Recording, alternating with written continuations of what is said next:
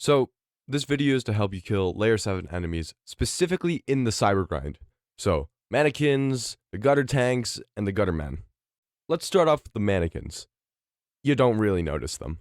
They're probably gonna die within all the carnage, and if they don't, then they're gonna be pestering you with the blue fireballs. Now, these blue fireballs are incredibly deadly and, makes the mind flare like one of the scariest enemies. So, you'd think that the mannequin is probably one of the scarier common enemies, but not really. You just really gotta learn to parry. You can say, parry every single attack and you'll be fine, and yeah, that's true, but no one's gonna fucking do that. That's like damn near impossible. But the blue fireballs are pretty easy to parry, so I'm gonna show you how to do that. So, the easiest way to parry these fireballs is make sure that they're going straight, like this.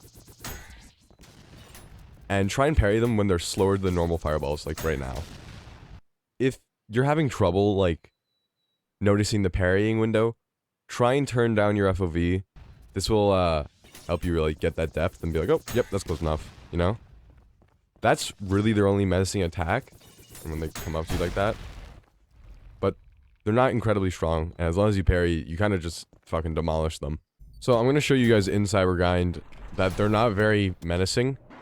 So if we find one, looking back at the recording, I just realized I missed one. They are really non-threatening. I didn't even notice that he was there, and he just kind of died by the end, so. Oh. Okay, I'm shit apparently. Let's try and find them. Let's just.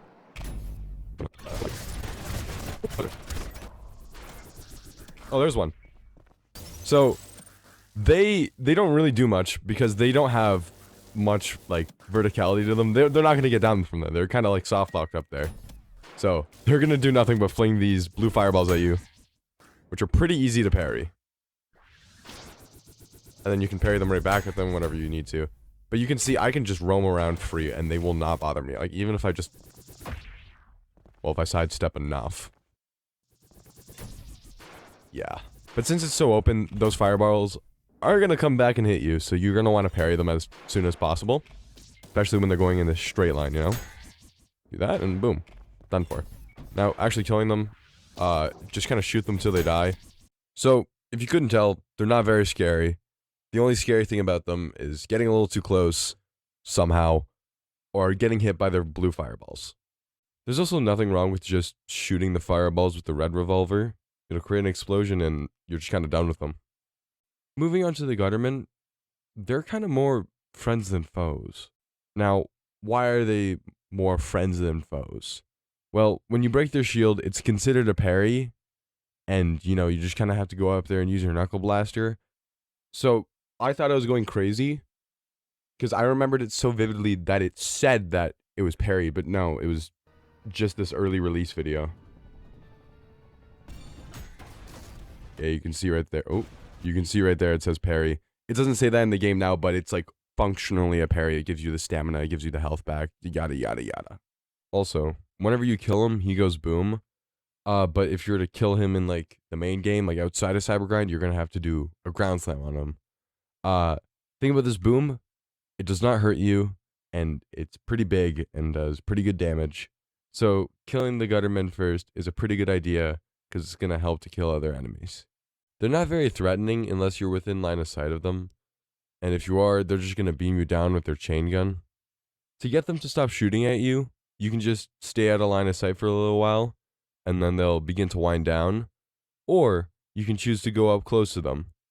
Then they'll throw a punch that you can parry, or you can just slide under it to completely avoid it, which I just found out. Also, a neat little thing, you can slide through a lot of enemies. So, the filth and stuff like that, all the common enemies. But some of the larger enemies, so gutter tanks and gutter men and hideous masses, you just can't slide through. So, little tidbit there.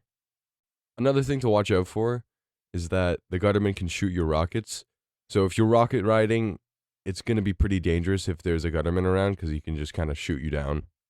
This also applies for shooting rockets. So, shooting a rocket directly at a gutterman is a really bad idea.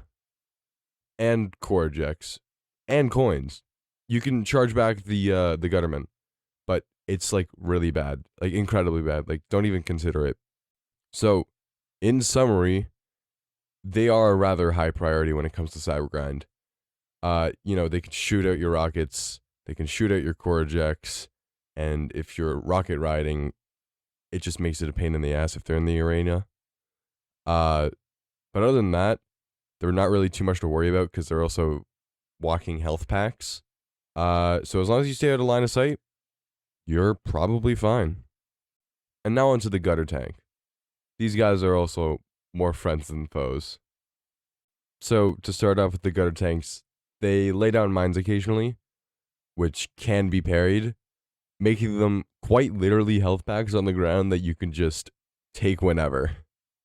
The gutter tank also shoots rockets, which is affected by your rocket launcher, the freeze frame.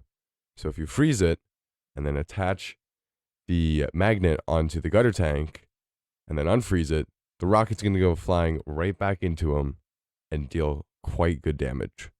But if you get on the rocket and guide it into him, it's an instant kill. Or you can just get on the rocket, put the magnet in, jump off, and then send the rocket back into him, and it's going to insta-kill him. ULTRAKILL tech is weird. So that's probably not going to be the way they're going to be killing the gutter tank most of the time. Most of the time, you're going to be parrying it. I'm noticing a common theme with parrying and killing here. Maybe it's a very effective tool.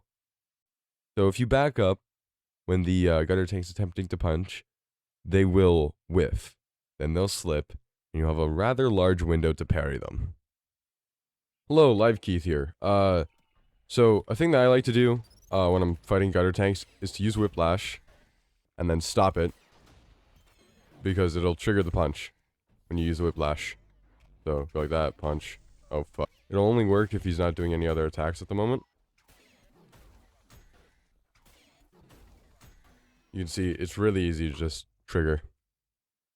Another cool thing with the gutter tanks, since you can now refill your stamina with parries, it's efficient to just dash out of the way when he comes, because you're going to get the stamina back when you parry him.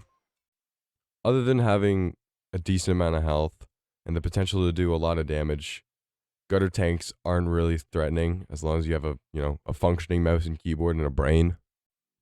Do I expect you to know and remember all of this? Of course. It's going to be on the test next week. Nah. Just play the game how you wanna. My word ain't law. I don't expect everyone to know all this stuff, hence why I made this video here. And I don't expect everyone to think that these enemies are supposed to be easy. I just have 300 plus hours. Most of the ways to counter them are rather difficult and take a while to grasp. So if you're not parrying the mannequins blue fireballs or keep getting body slammed by the gutter tank, it's all chill. I'm here to tell you what to do to get better. So yeah, that's all. I guess I'll see you later, fellas.